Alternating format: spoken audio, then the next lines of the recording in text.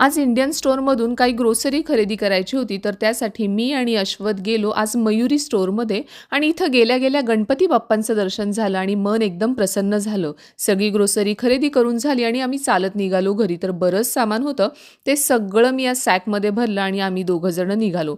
तर इकडनं जात असताना वेगवेगळ्या फुलांचे रंग दिसत होते आणि समरमध्ये इथली फुलं इतकी छान दिसतात, गळून पडलेल्या पाकळ्यासुद्धा सुंदर दिसतात. मला इथल्या लोकांचे असे हेअर कलर बघून मात्र कायम गंमत वाटते.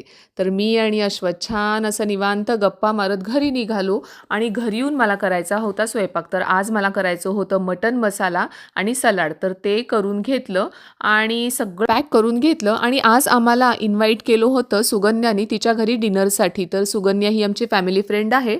तिकडे गेल्यानंतर आमची भेट झाली माझी क्रिकेटपटू नरेंद्र हिरवानी सर यांच्याशी.